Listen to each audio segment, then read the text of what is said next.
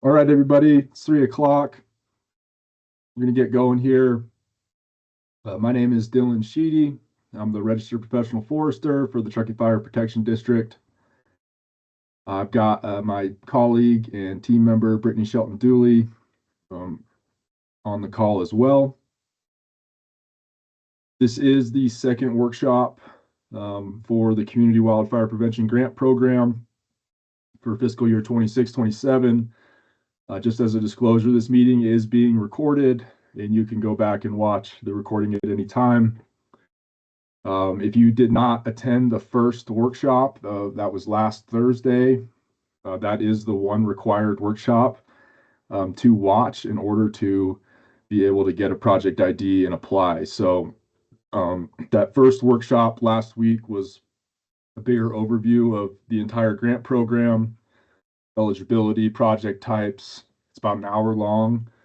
This workshop today is focused more on how to develop a project. And we're going to go in depth on a couple things and try to help everybody out think about these types of projects and how to go about them. So please stay muted during this time. If you have any questions while I'm talking, you can go ahead and put them in the chat. Brittany will do her best to answer them as they come in, and then we'll have about hopefully 15 minutes at the end of this to let you either ask questions or we'll go through the chat and make all your questions answered from today. So again, this is the second workshop. We do 4 workshops, and these 3 workshops here are really a deep dive into grant project development. So we're going to talk about kind of steps to creating a project, collaboration and community support, and how we achieve that, how we define a project concept, and then develop a project framework, define readiness, and try to work towards an application. So a quick overview is, the Community Wildfire Prevention Grant Program is funded by Measure T, specific to the Truckee Fire Protection District. It supports projects that reduce wildfire risk and or improve community wildfire preparedness. My role here, I administer this program for Truckee Fire. My role is to help you think pragmatically about your ideas and help you work through the application process in a competitive and realistic way. I'm here to guide you and encourage you, not to design your project for you.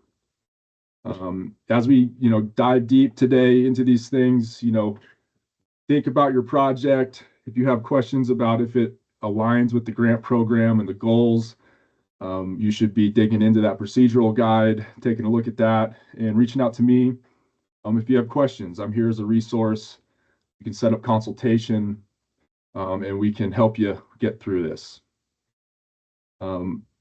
Some ideas that we get through the years of this program are sometimes better supported with existing Measure T programs. So if you have ideas about projects or ideas for things that would help your community that maybe you don't think necessarily fits within the grant program, again, reach out to us and let's find a path forward to how we can assist you. And again, as I've stated before, submitting a competitive grant application does require kind of a meaningful time and effort commitment. But with that said, some projects are a little harder or more complicated than other projects. And so we'll talk about some of those differences today and what goes into those things. So steps to creating a grant project. This is a list that I developed. This is kind of specific to a grant project. And we're going to talk about these in turn. I would say that if you're starting from scratch with a brand new idea, reach out to us. I'm going to keep saying that today. Give me a call, schedule consultation. Let me help you think about things and try to get you to a place where we can get, a good project idea. The first step, and these are kind of concurrent with each other, community collaboration and coordination and defining the project scope. We're going to talk about those in depth. Community collaboration really starts with understanding where your community is at, who wants to participate, what type of project is going to best serve our community. And when I say community, I'm not necessarily referencing the entire Truckee community. I'm talking about local, like your neighbors, your neighborhood as a community. So where you live, your adjacent neighbors in the area, at a smaller scale than just, the entire community of Truckee. Defining the project scope,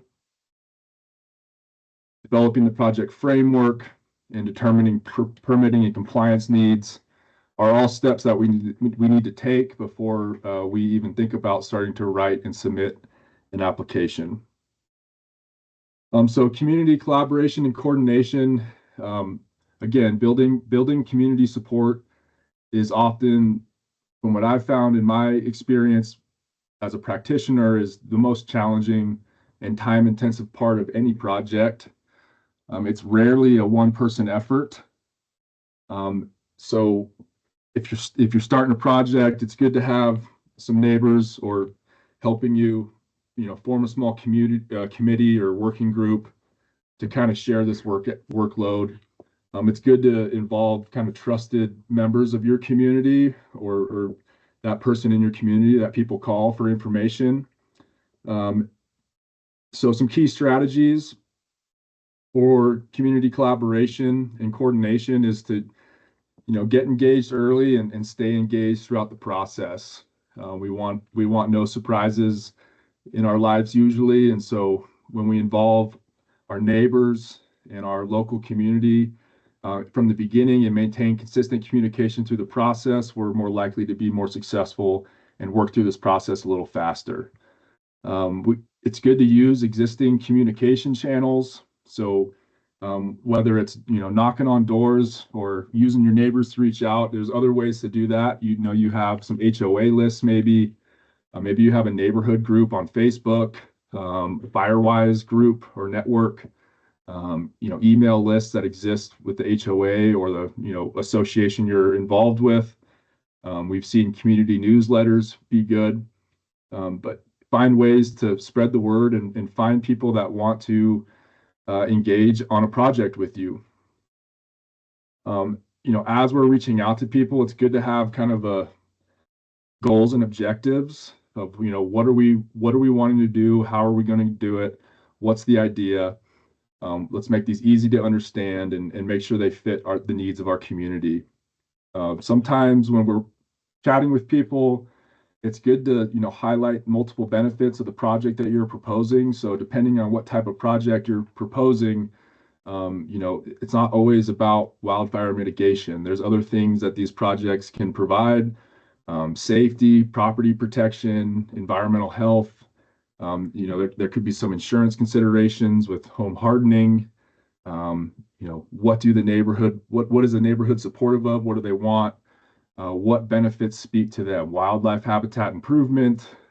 Do I need to be, educating members of my community on, all different types of aspects, right? If you remember in the last workshop, there's three project types. There's forest fuels reduction, there's community wildfire preparedness, there's community wildfire education. And if you have questions about what types of projects are in those buckets, you should read the procedural guide and watch the first workshop.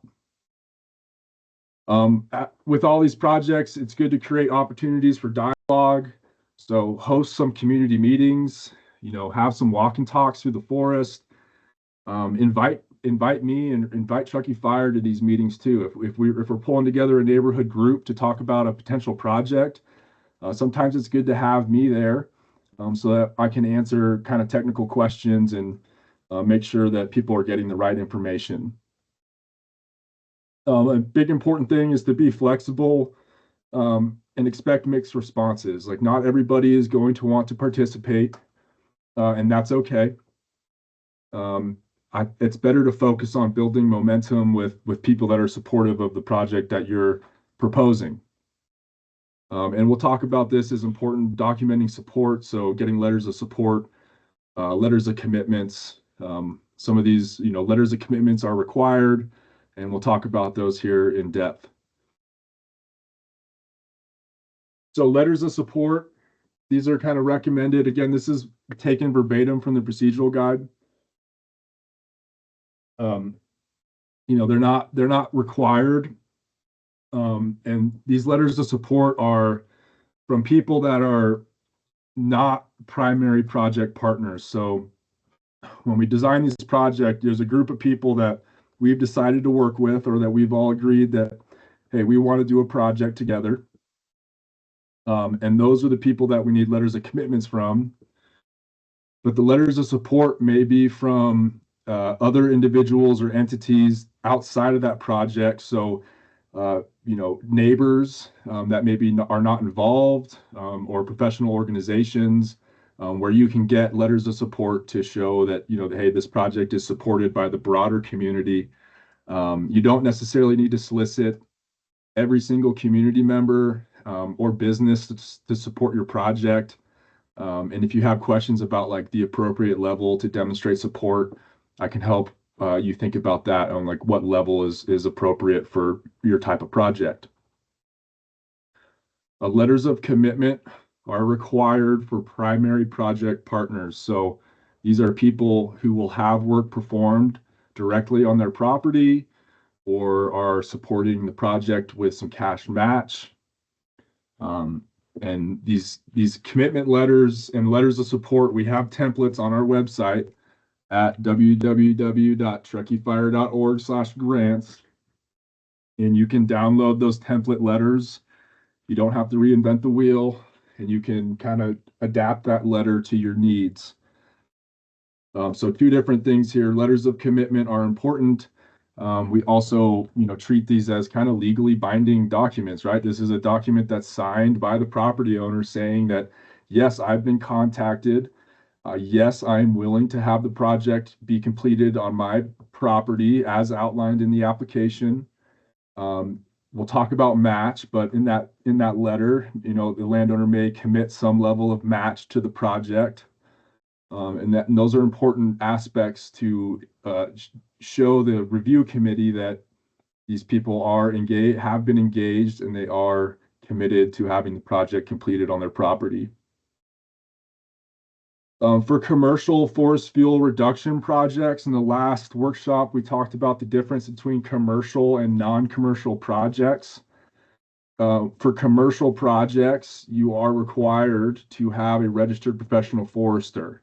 These are specific to forest fuel reduction projects. So if you're here thinking about a project for wildfire preparedness or wildfire education, this does not apply to you. But if you're here looking to do a commercial forest fuel reduction project, we talked about this at length in the first workshop. You do need a letter of commitment from your consulting registered forester your registered professional forester, that basically demonstrates that they are willing to take the project on and documents their level of involvement. Match is a big thing. Match, local support is best demonstrated by the degree to which the project provides matching funds. Match is not required. However, the existence of match greater than 20% of the total direct cost does give you more points in the scoring process. I think it's important to remember that this is a community fund. This is a community wildfire prevention fund that everybody pays into. It's a limited funding source, and so the reality is we can't get everything done, and we need to work together and combine resources to have the greatest impact on our communities. Match can be in kind. We call it in kind through volunteer project management. So if I was a landowner and I'm applying for a grant, there needs to be a project manager, which is usually the private landowner. And that time spent managing the project does count as kind of in-kind volunteer labor. So I think the going rate is $31.50 an hour. There's ways to display that in the budget. And you can anticipate a pretty decent time commitment if you're going to be the project manager, to report the accomplishments to Truckee Fire to implement the project. Hard cash match is different. Yeah, that's cash match or private investments towards the project. And again, there's ways to divvy this up. If we're working with multiple landowners, there's ways to make this fair and equitable across the project. So here we give the evaluation criteria. So this is what the review committee is grading you on for this specific section that we just talked about. So collaboration and local support is worth 10 points. And this is covering things that we just talked about. You'll see in the highlighted section, we clearly define how much points match gets. So if you bring no match, you get 0 points. If you bring greater than 20% match, you get the full 3 points. And then there's some intermediate ones in between. Okay, so once we have initial support and we've collaborated with our community, we have to clearly define the project. So defining the project concept is like a multi-step process. Okay, the easiest part of the process is identifying the problem. Okay, what wildfire risk are we addressing? Are we addressing dense vegetation adjacent to the community? Are we addressing poor evacuation routes in our community? Are we trying to address limited public awareness about wildfire preparedness actions? Think about what type of project you are trying to define. Is it a life safety issue, property protection issue? It could be a forest health issue. We have a lot of forest health issues. So this is where we start thinking about what problem are we trying to address with this funding source. The second step would be to define the geographic area or the target audience. So am I proposing a project for a specific neighborhood within an HOA? Am I proposing a project for the entire HOA, a specific road corridor? Or am I targeting a specific audience, such as a low income or disadvantaged community? The third step to defining the project concept would be to clearly define the goals and expected outcomes. And this is where we identify measurable outcomes that demonstrate wildfire risk reduction, preparedness, or education. So these need to be specific and measurable.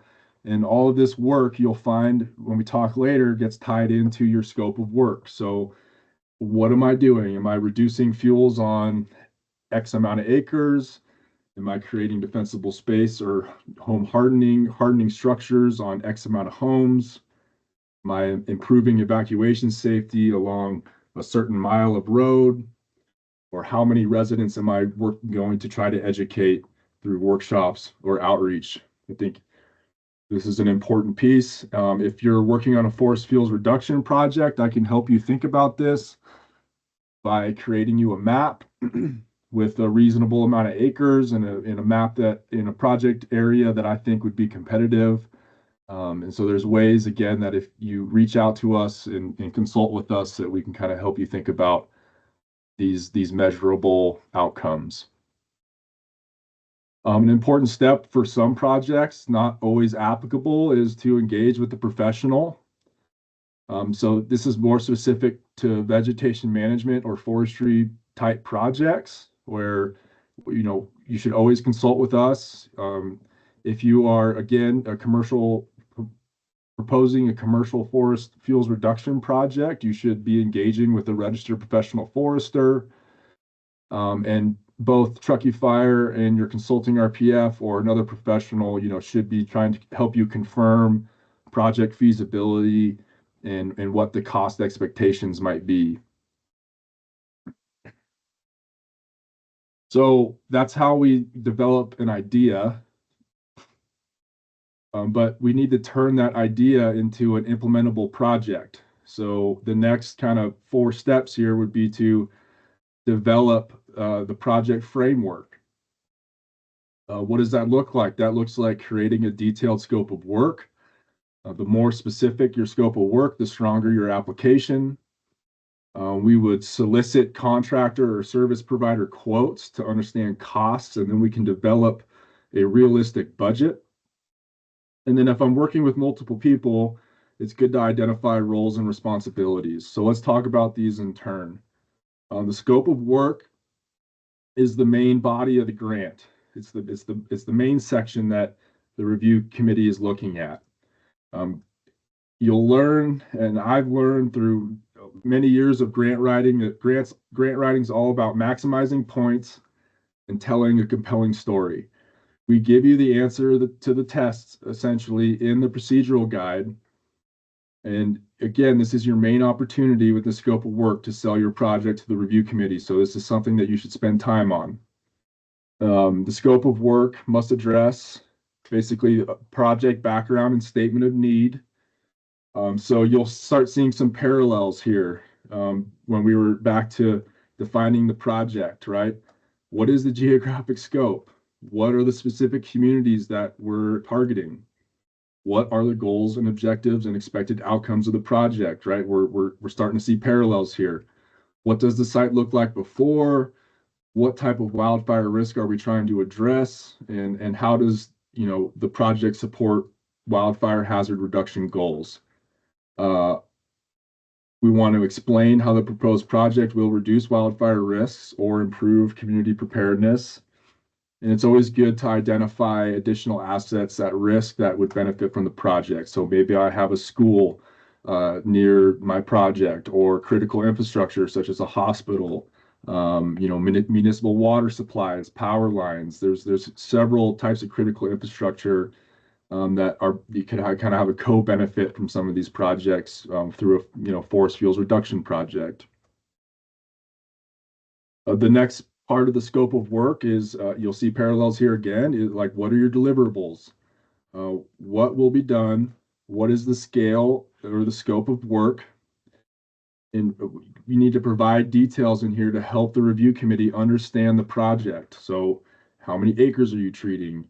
What type of materials are you producing? How many number of homes are you trying to engage with? A good practice in grant writing is to submit kind of scalable projects. Um, that identify project activities that can be adjusted based on the amount of funding awarded. So it's good not to just predicate your whole project on one idea, but to maybe present a couple different options. So, one option might be the preferred number of acres that I want to treat and those associated costs. And maybe I provide an option B, which is kind of a reduced project with less acres and lower costs. This gives you a better chance to get some funding, especially in deliberations with the review committee. When there's some funding on the table, sometimes we can fit you in on a lower a lower cost project. So think about scalable projects as best you can. The next part of the scope of work is your implementation plan. This is just a tentative plan. It can be a bulleted timeline with kind of tasks or checkpoints that you're going to work through so that progress can be measured. Having a good implementation plan helps demonstrate your readiness, which we'll talk about next, but readiness is an important piece of this. The scope of work is worth 10 points. Again, this is the evaluation criteria. It's in the procedural guide. This is what you're being graded on. Are you clearly describing the purpose, goals, and expected outcomes of the project? Do you have a good approach? Do you have a good implementation schedule? Right? Did you demonstrate that the project aligns with the program objectives? Next would be to solicit contractor or service provider quotes. It's good to obtain written estimates when possible. And while it's not required, we do encourage applicants to use an open and competitive bidding process when selecting contractors. This just helps, ensure you're getting the right price for the work. It's not necessarily a requirement, though. If you have specific people that you've been working with or that you trust, it's acceptable to work with them without going through a formal bid process. If you are a professional organization or a non-government organization, you should follow your entity's procurement policies. Part of this is, it's difficult in Truckee, with snow on the ground. We do have some time through April, but you want to make sure that contractors understand the project scope, that they can visit and see the ground or understand what you're proposing and how you want to go about it. And then, of course, as a private landowner, you should always be verifying licensing and insurance requirements before you enter into an agreement or contract with someone. By soliciting those quotes, you can essentially, this helps you develop your budget. So there is a budget spreadsheet that must be submitted with every project.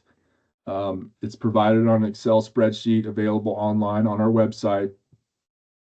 You want to use correct budget categories, and it's important to get everything in here that you need. We can't necessarily reimburse costs that aren't reflected in the budget. So let's just go through an example real quick because this is not that hard. So in the resources tab, there's a budget template link. And as part of my process, you're required to watch the first recording. You're going to get a project tracking number. So, you would plug in your tracking number here. Oh, this is view only. We got to change that. Brittany. It is intended to be view only, so folks can download and they're not editing the main source. Thank you for the correction, Brittany. So we're going to download this so nobody else can see your template. That's a good call. Let's see. There we go. So I'm going to, I plug in my tracking number. And then, I'm going to do this specific for a forest fuels reduction project. So maybe I'm going to be the project manager, right? And I'm going to commit 100 hours of time at $31.50 an hour, and I'm going to call that match, right? So I'm going to move the $31.50 over to match, right? You can see these rows line up with, Hey, Dillon. Yes. We are seeing your shared page. However, we're not seeing the active workbook that you're working in. Thank you, Brittany. You're sharing your window. Thank you. Apologize, everyone. It's been a long day, as you could probably imagine. Let's go here. Perfect. Okay. Great view. Sorry about that. So, there's buckets of things here. We got salaries and wages, employee benefits, which doesn't matter to everybody, contractual, travel, supplies. So if I'm a private landowner applying for a grant, I might commit a certain amount of hours to match to the project. If this is specific to a forestry project for this example, so maybe I have a consulting registered professional forester that has told me, hey, it's going to take me 100 hours at $100 per hour to do your project start to finish. So I'm going to budget in the grant for $10,000 for a consulting RPF. And then maybe I'm going to have a contractor, licensed timber operator actually perform the work. And he's informed me that my 50-acre project is going to cost me $4,000 an acre. These are auto-populated. Maybe, it could be that simple for some people. For some of these projects, it could be 3 lines like that. Project manager, RPF, LTO. This is what I'm asking for.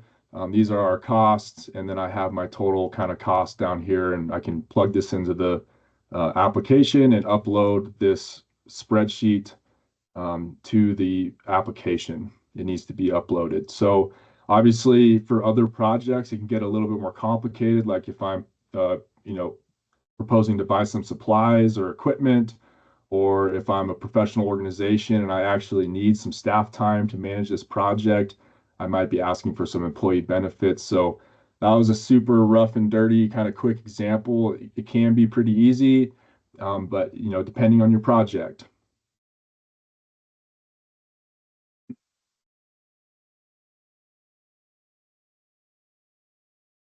Back to this. So an important piece to that is to choose the right budget categories. Again, it's all spelled out in the procedural guide. If you have any questions, just reach out. We'll get you taken care of. A budget narrative is a required component as well.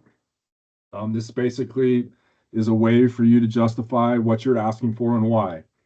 So each line item that I put there, I'm going to list that out in bullets, and I'm just going to say what that is. Like, hey, that line item is for, for RPF consultation, permitting, oversight, etc. If I'm requesting funds to purchase equipment, I need to explain how the equipment will be used for the project, how the equipment will be maintained, and basically justifying that the costs are reasonable for the type of work I'm asking to be completed and funded with public funding. The budget's worth 5 points, and really it just needs to be clear, complete, and demonstrate that the costs are reasonable and appropriate. This is why it's important to go through all those steps, understand what the costs are so that you can have a good budget and you don't have to worry about amendments later on down the road. The last piece of this would be identifying roles and responsibilities. We've had several projects funded so far through this program, and we've seen a couple different approaches to this. Sometimes it's just one person that takes it on for the community and does everything. So they're the project manager. They're going to do all the communication. They're going to coordinate the contractors. They're going to handle grant reporting. That is it's a lot of work, but again, we're here to help you through that. Some of that stuff we have seen some people kind of break this up within their community. Like, hey, I'll try to manage the project, but hey, I need your help with some communication and reaching out to the community and making sure people are informed. And maybe, hey, this other person has more experience with grant reporting, or maybe my forester can help me with some of the grant reporting and tracking and stuff like that, because I don't necessarily have that expertise. So it's good to inform, or identify those roles and responsibilities early.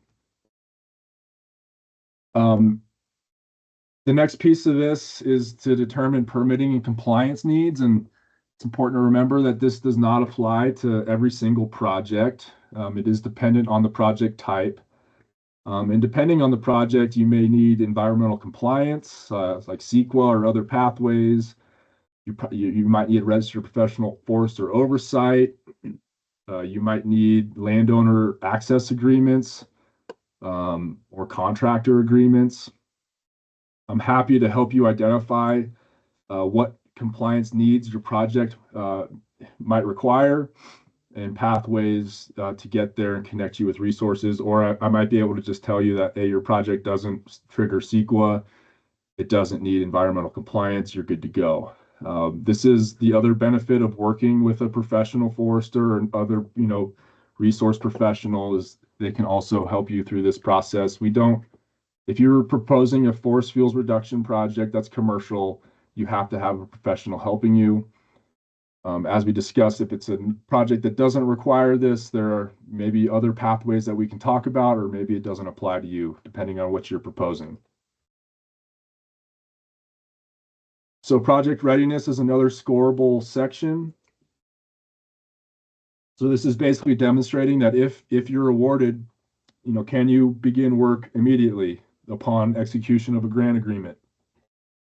This generally means, having the following actions completed before applying. So that includes your environmental compliance. I see Danielle's here and maybe some other foresters, but this can be demonstrated by having the permit kind of completed ahead of time, or at least stating in your letter of commitment, or helping the applicant kind of state what the process is, and that, hey, if you're awarded, I can submit this document within, X amount of months, within, give them a timeline for submittal, and kind of demonstrate that the applicant has a pathway forward for environmental compliance. Project readiness can also be demonstrated by having your contractor selected beforehand and clearly stating that.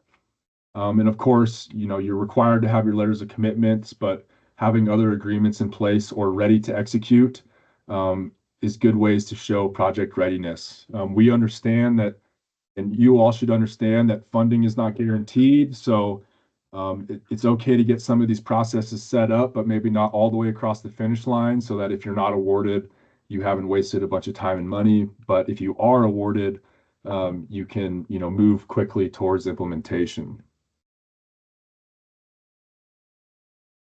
So forest fuel reduction projects, just contact us for guidance prior to submission if you have any questions on this. Environmental compliance gets very complicated. We don't expect the public to be CEQA experts or understand what's required when. But there is a section in the application specific to forest fuels reduction projects that basically you need your forester, you need Truckee Fire to help you basically say, like, hey, what type of permits do you need, and what is the timeline for obtaining those permits. Readiness is worth 5 points, so preference is given to projects that are ready to implement immediately. You'll see here that points may be awarded if the reviewer feels that the applicant has taken necessary steps to be ready to submit environmental documentation upon execution of a grant agreement. All right, to wrap this up, I'm a little ahead of schedule, so we'll have plenty of times for question and answer, but really you must read the procedural guide, understand what's in there. All the information presented today is clearly articulated in that guide. Understand kind of where you're at in the project planning process described today. Developing a project, a competitive project from scratch can take multiple years, and it's not something that you can necessarily rush through, especially if we're working with multiple different landowners. When people feel rushed, they're less inclined to participate, or maybe they drop out because they need time to think about this. This is a big decision for some people to get work done on their property. And so we need to make sure people have enough time to get the information they need.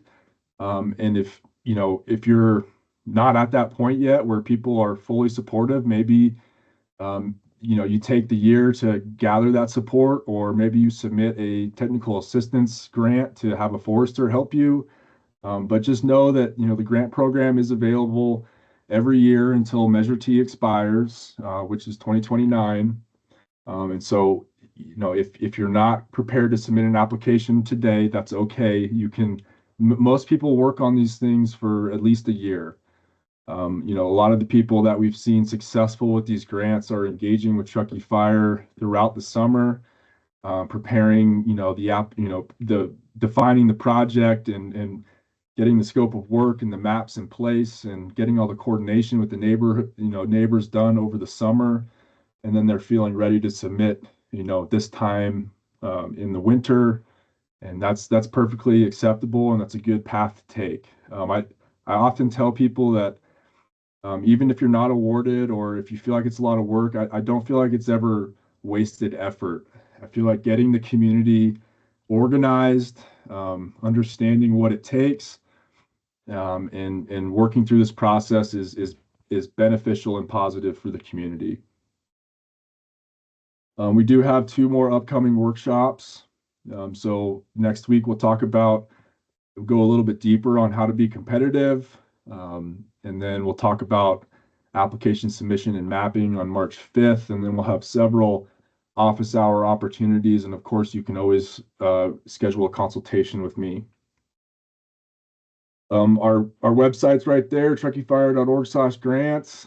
If you have questions, email the grants@truckeefire.org email box, or email myself or call me, and we're here to support you. With that, we got about 20 minutes left. I'll entertain as many questions as we need, and make sure people feel good about this. I know we kind of ripped through that kind of fast, but hopefully that was helpful for people to think about designing projects and how to go about that. Very insightful, Dillon. Thank you. We do have a couple of questions in the chat. Feel free to keep those coming. One of our questions in regard to the budget is, are there opportunities to adjust the budget after the application has been submitted to account for unanticipated costs or changes? Yeah, so this is a local program designed for the community. We want to be flexible and make sure people, these programs work for our community.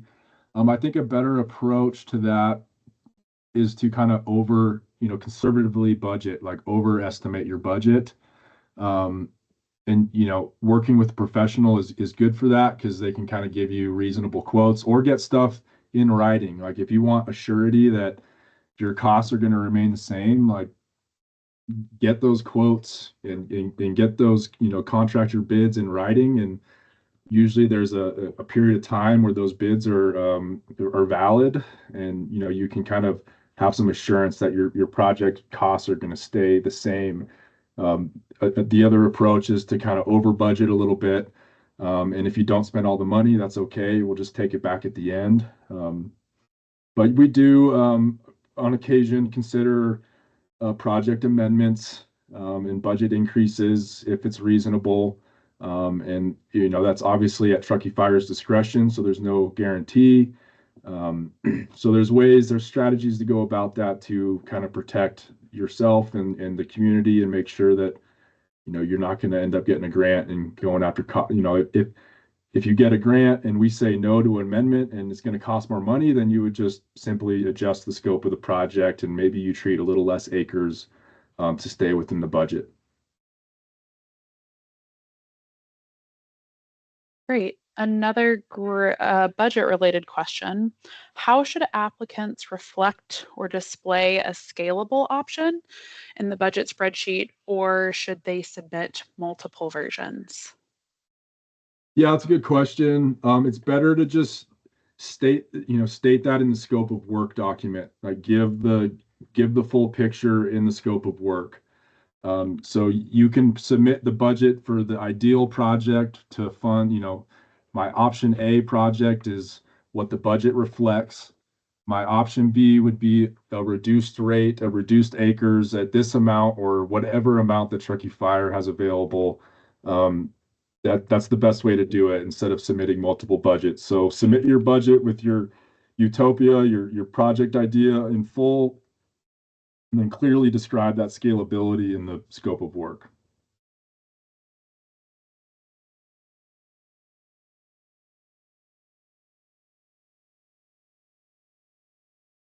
Great. Let's see here. We just got a new question in. Since it takes a lot of work and time to set up a project, are there any funds available for development costs? So I think there's two answers there. So they're reimbursable costs. This is a reimbursement grant program, and costs are only eligible to be reimbursed within the timeline of the grant. So your time spent reaching out to your community, collaborating with your neighbors, defining the scope of the project, developing the scope of work, submitting the application, that is not a reimbursable cost. That is your own time, your own cost. That's not something that is like retroactively reimbursed back to you if you are awarded. There are other ways to set up a project to cover some of those costs. So that would be like a technical assistance grant where, maybe my community, I've got 10 landowners. They're all sort of on the fence, like they're sort of supportive, but they need more information or they want to spend time learning more about it or working with a forester. You can submit a technical assistance grant to pay for the forester to do that. And within that grant, you can include some costs for grant development, project development, stuff like that.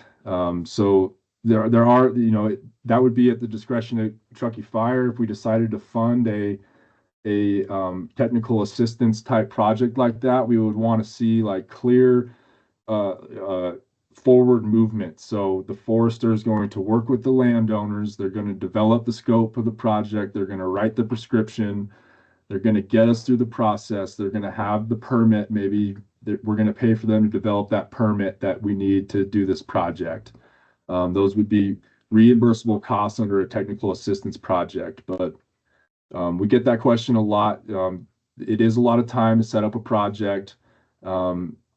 Those costs are not reimbursable before the grant is awarded, but you could develop a grant that would help you with some of those development costs.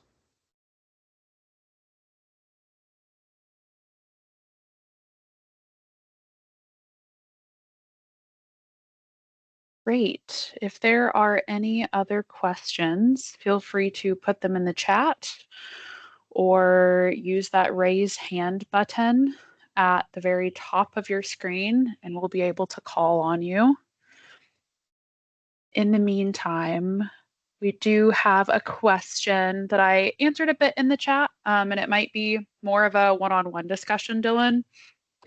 But just a general overarching question, do you have any reference materials or guidance that you can provide to clarify how a forest fuels reduction project can help or support wildlife health?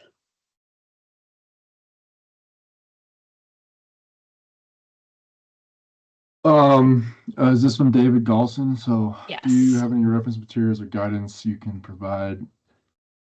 How much underbrush cover is left on typical specified owners with wildlife concerns? I mean, yeah, David, this is why it would be good to work with a professional or have a community meeting and invite me to it so that we can talk through this. I mean, of course, there's plenty of scientific articles and information out there about you know what benefits wildlife, and if that's I believe that's the question. It's not like wildland health. Yeah, I mean, there's a lot of information out there. I don't necessarily have all of that literature at my fingertips, but these are fairly complex questions and complex kind of concepts that professionals, and whether it be a registered professional forester or a wildlife biologist, can help kind of clearly answer. So, I mean, if there's specific questions about that, I think it needs to be a little bit more specific. There's quite a few things that benefit and also don't benefit wildlife health, and we kind of design these projects to be multi-benefit projects. So it's not just focused on wildfire prevention. It's usually focused on 3 or 4 things, and wildlife is part of that consideration. And part of working with a professional and getting these permits is to make sure that we are designing projects that do not have adverse impacts to wildlife. And that's all kind of incorporated into kind of the professional's duty to make sure they're doing their due diligence there. So that's definitely a complex question, but yeah, I mean, I can definitely pull some scientific research and other things, but so can the public. I mean, there's tons of information out there on how these projects benefit wildlife.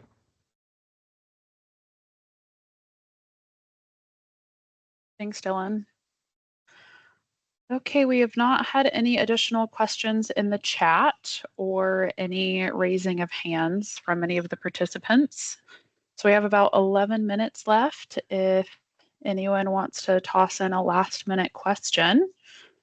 I did just send links to our grants webpage, truckeefire.org/grants.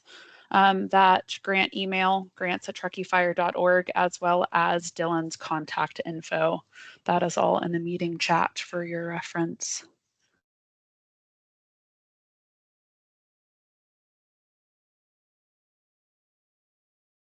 Great. Well, seeing no additional questions, I appreciate everybody's time today. Thanks for joining. We will have another workshop next week and look forward to seeing more people.